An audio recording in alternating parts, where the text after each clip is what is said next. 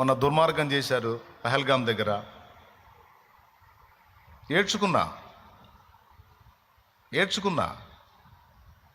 అంత దుర్మార్గం చేశారు. మతం అడిగి చంపారు. ఎంత దుర్మార్గం. కొత్తగా పెళ్ళైన జంట ఉసరుసర ప్రాణం తీశారు. భార్య కళ్ళ ముందే భర్తని నిలువున క్షణంలో చంపేశారు. ఓన్లీ క్రైస్తవులనే కాదు, హిందువులకు జరిగిన, ఇతర ఏ మతస్థులు ముస్లింలకు జరిగిన, క్రైస్తవులకు జరిగిన, జైనులకు జరిగిన, ఎవరికి జరిగినా నా కన్నీళ్ళు ఉంటాయి, నా బాధ ఉంటుంది, నా వేదన ఉంటుంది, నా ఖండన కూడా ఉంటుంది.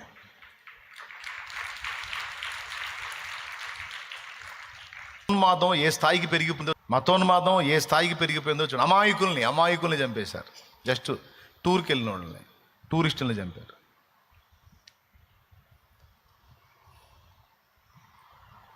ఈ దరిద్రం పోవాలి. మత విద్వేషాలు నాశనం అయిపోవాలి. మత సామరస్యత రావాలి. ప్రతివాడు పక్క మతాన్ని గౌరవించే స్థితికి రావాలి. సన్మానించాలి. ఎవరి ఇష్టం వారిది, ఎవరి అభిప్రాయం వారిది, ఎవరి విశ్వాసం వారిది. క్రిస్టియన్స్ను కూడా చంపారు మొన్న పహల్గాంలో. తెలుసా మీకు? న్యూస్లో చూడండి. క్రిస్టియన్స్ను కూడా చంపారు. కల్మా చదవమన్నారు. ఎవడికొచ్చది? ఎవరికొచ్చండి? హిందువులకు వచ్చా, క్రైస్తవులకు వచ్చా?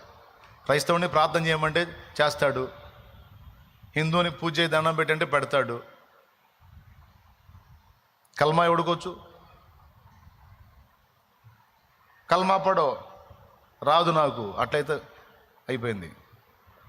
గోలీ మార్దాల్లా కొట్టేశాడు.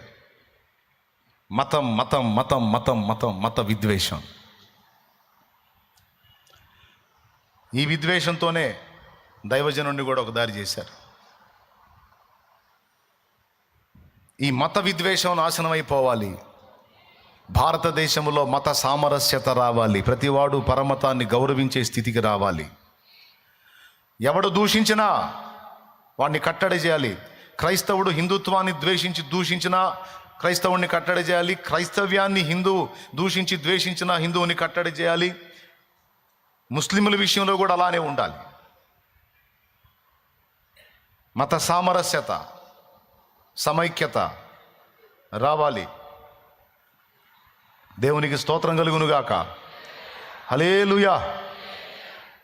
దీని కోసం కూడా ప్రార్థన చేయండి.